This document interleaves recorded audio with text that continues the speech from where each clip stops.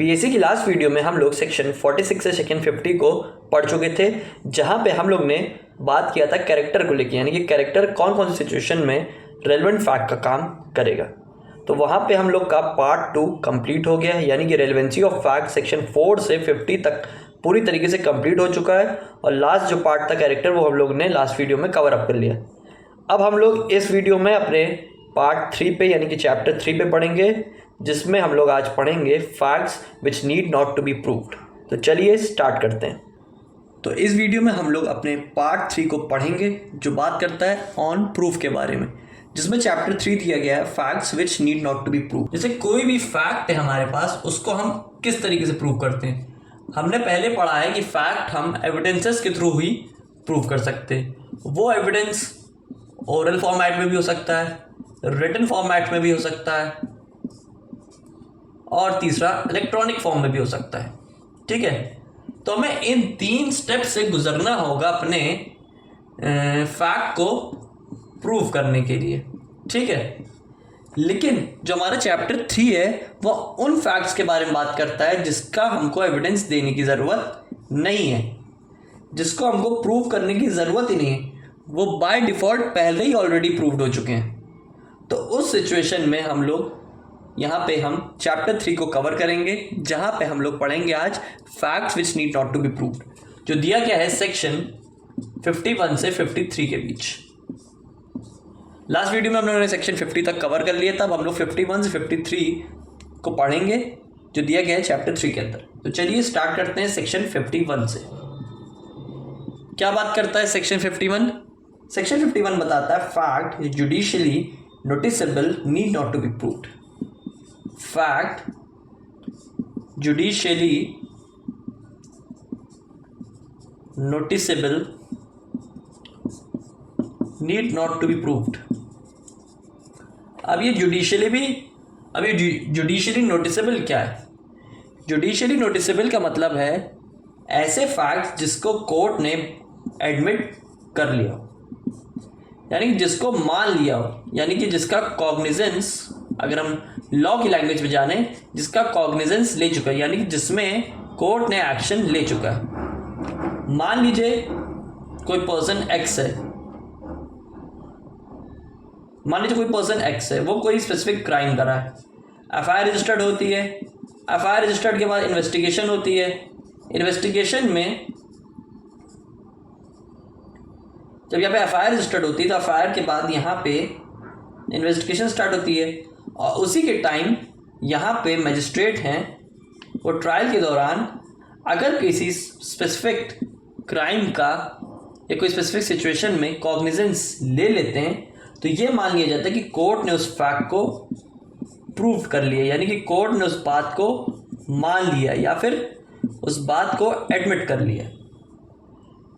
तो ऐसी सिचुएशन में जिसमें कोर्ट ने ऐसे फैक्ट्स को बाय डिफ़ॉल्ट एडमिट कर लिया है, या फिर जिसका उन्होंने कॉग्निजेंस ले चुका है, तो ऐसे फैक्ट्स को प्रूव करने की ज़रूरत नहीं है। ये fact by default he proved हो चुके हैं, यानी कि ऐसा कोई फैक्ट की ज़रूरत नहीं है जहाँ पे कोर्ट ने उस फैक्ट का कॉग्निजेंस बाय डिफ़ॉल्ट ऑलरेडी ले चुका है। तो ये बताता है सेक्शन 51 आपको। अब बढ़ते हैं सेक्शन 52 क्या कह रहा है। सेक्शन 52 बात करता है facts of which court shall take judicial notice. कुछ ऐसे फैक्ट्स जिसका कोर्ट को जुडिशियल नोटिस लेना मैंडेटरी है, यानी कि कोई डिस्क्रिशनरी पावर नहीं है, वो फैक्ट्स का आपको जुडिशियल नोटिस लेना ही पड़ेगा। यानी कि इसमें कुछ स्पेसिफिक क्लासिफिकेशन बताई गई है जिसमें जुडिशियल नोटिस ऐसे फैक्ट्स का कोर्ट लेगी ही लेगी। तो कुल 13 तरह की सिचुएशन में यहाँ पे कोर्ट उस फैक्ट्स का जुडिशियल नोटिस या फिर उस फैक्ट का कॉग्निजेंस या फिर एक्शन लेगी। तो इसको आप नॉर्मली समझ लेते हैं। देखिए, पहला है ऐसे लॉज जो हमारी इंडिया की टेरिटरी में इन्फोर्स हो चुके हैं और जिसमें कुछ एक्स्ट्रा टेरिटोरियल ऑपरेशंस भी हो चुके हैं, यानी कि ऐसे लॉज जो इंडिया में फोर्स हो चुके हैं। दूसरा बताया गया है इंटरनेशनल ट्रीटी एग्रीमेंट और कन्वेंशन इन कंट्री, कोई इंटरनेशनल एग्रीमेंट हुआ है,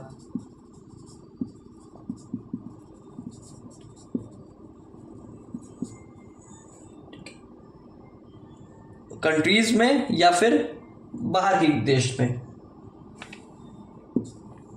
तीसरा बताया गया है कोई ऐसी प्रोसीडिंग हुई है जिसमें पार्लियामेंट ऑफ इंडिया ने अपना रोल प्ले किया है। ठीक है, कोई कोर्ट एंड ट्रिब्यूनल्स का कोई मैटर है, कोई सी लॉ से जुड़ा हुआ कोई मैटर है, कोई पब्लिक ऑफिसर है या फिर कोई कह लीजिए कोई गवर्नमेंट सर्वेंट है, उसके नेम टाइटल और फंक्शन और सिग्नेचर से रिलेटेड कुछ, उनके अपॉइंटमेंट से रिलेटेड कुछ भी अगर मैटर फंसा है, पब्लिक सर्वेंट, नेशनल फ्लैग से जुड़ा हुआ कोई मैटर है, कोई ज्योग्राफिकल एरिया से कोई जुड़ा हुआ मैटर है,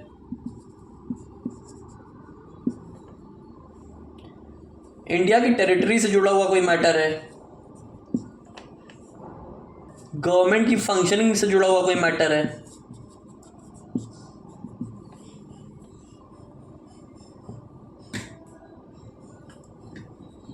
कोर्ट ऑफिसर्स से जुड़ा हुआ कोई मैटर है,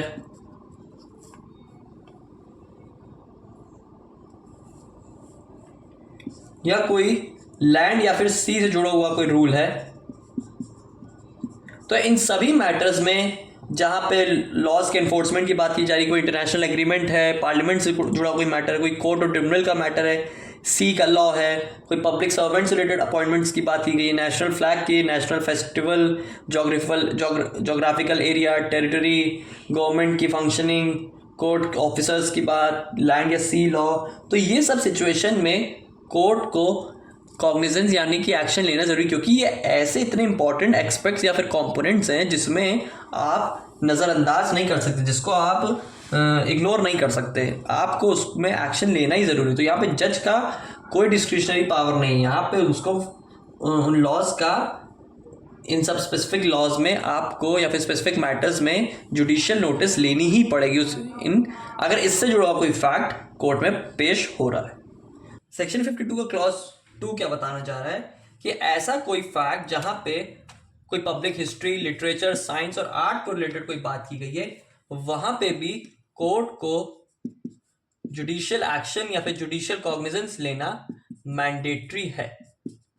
ठीक है, लेकिन इसमें एक कंडीशन है या फिर कह लीजिए एक एक्सेप्शन है। अगर कोई पर्सन अपने फैक्ट को प्रूव करने के लिए कोर्ट में आता है और ऐसा फैक्ट जो जुड़ा हुआ है किसी लिटरेचर, साइंस और आर्ट से, तो उस सिचुएशन में उस पर्सन को कोई ऐसा डॉक्यूमेंट या फिर कोई ऐसी किताब प्रेजेंट करनी पड़ेगी कोर्ट में जहां पे बात की गई है कोई हिस्टोरिकल टॉपिक, लिटरेचर, साइंस और आर्ट की।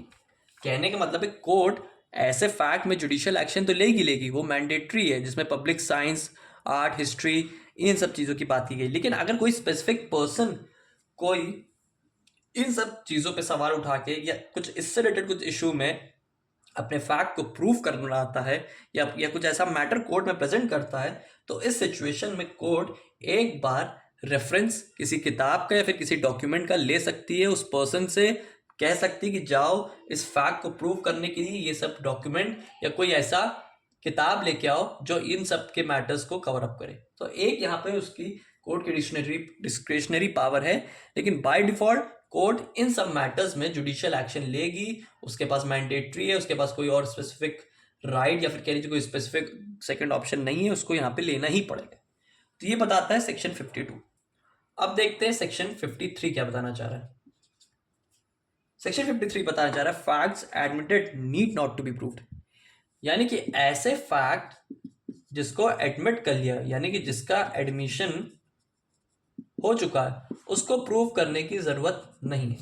यहाँ पे अगर बाय डिफॉल्ट कोर्ट ने किसी फैक्ट का एडमिशन ले लिया है, तब यहाँ पे कोई सामने वाले पर्सन या फिर कोई ऐसी पार्टी जिसने उस फैक्ट का एडमिशन कोर्ट में दे दिया है, तो उस बेसिस में अब यहाँ पे अनदर पार्टी या फिर अपोजिट पार्टी कोई नया एडमिशन नहीं कर सकती या फिर अपने फैक्ट को दोबारा प्रूफ नहीं कर सकती। कहने का मतलब यहाँ पे सिंपल सा एग्जांपल है, एक्स कहता है कि एक्स एक्स ने यहाँ पे वाई का मर्डर कर दिया है, ठीक है। लेकिन फिर बाद में वही एक्स इस बात का एडमिशन कर ले रहा है खुद ही से, बाय डिफॉल्ट, कोई बिना फैक्ट को प्रूव किए यहाँ पे उस एक्स जो है उस बात का एडमिशन कर ले रहा है कि यहाँ पे मैंने मर्डर किया है। यहाँ पे उसने उस फैक्ट का एडमिशन दे दिया, यहाँ पे उसने अपनी बात एडमिट कर ली। तब यहाँ पे वाई की तरफ से कोई राइट या फिर कोई ऐसा कोई पॉइंट ही नहीं क्रिएट होता कि वो फिर कोई दोबारा कोई दूसरा फैक्ट, अपने फैक्ट को प्रूव करने के लिए सेकंड कोई दूसरा स्पेसिफिक एविडेंस प्रोवाइड करे कोर्ट में। कहने का मतलब है कि जब यहाँ पे सामने वाली पार्टी खुद क्राइम करके खुद ही अपने बात को एडमिट कर ले रही है, तो वहां पे सेकंड थर्ड फिर यहाँ पे कोई दूसरा पॉइंट या फिर दूसरी तरीके से यहाँ पे उस फैक्ट को प्रूव करने की कोई जरूरत नहीं है। यहाँ पे सिर्फ कोर्ट का टाइम वेस्ट ही होगा। कहने का मतलब है कि जब सामने वाले पर्सन ने अपना ऑफेंस एडमिट कर लिया है कि हाँ मैंने क्राइम किया, मैंने अपनी गलती एक्सेप्ट कर ली, अब यहाँ पे आप दूसरा फैक्ट प्रूव करने की कोई जरूरत क्यों ही पड़ेगी, है ही नहीं। लेकिन यहाँ पे अगर कोर्ट, यहाँ पे प्रोवाइजो, यहाँ पे एक सिचुएशन दी गई है कि यहाँ पे अगर किसी पर्सन ने किसी फैक्ट का एडमिशन नहीं दिया, तब यहाँ पे कोर्ट की डिस्क्रिशनरी पावर है कि तब उस फैक्ट को प्रूव करने के लिए वो स्पेसिफिक एविडेंस पर्सन से या फिर पार्टीज द्वारा प्रोवाइड करवाने की रिक्वायरमेंट कर सकती है। अगर यहाँ पे फैक्ट का एडमिशन ऑलरेडी दे चुका है, तब यहाँ पे दोबारा उस पर्सन को कोई नया फैक्ट प्रूव करने की जरूरत नहीं है। लेकिन जब यहाँ पे एडमिशन उस बात का नहीं दिया है, तब यहाँ पे कोर्ट डिस्क्रिशनरी पावर है कि यहाँ पे आप अपने फैक्ट्स को लेके आइए इस स्पेसिफिक सिचुएशन को प्रूव करने के लिए, ठीक है। ये बताना चाह रहा है सेक्शन 53। सेक्शन 51 में हम लोग ने पढ़ा कि फैक्ट्स जिसका कोर्ट ने एक्शन ले चुका है उसको प्रूव करने की जरूरत नहीं है। सेकंड हम लोग ने पढ़ा कौन से ऐसे फैक्ट हैं सेक्शन 52 में जिसको में कोर्ट को जुडिशियल नोटिस देना जरूरी है, वो यहाँ पे इंटरफेयर नहीं कर सकती। और सेक्शन 53 में पढ़ा कि कौन से ऐसे फैक्ट है जिसका एडमिशन हम लोग ने ऑलरेडी दे चुका है, तो हमें प्रूव करने की जरूरत नहीं है। आई होप आपको इस वीडियो का कंसेप्ट अच्छे से क्लियर हो गया होगा। तो मिलते हैं फिर बीएसए की नेक्स्ट वीडियो में।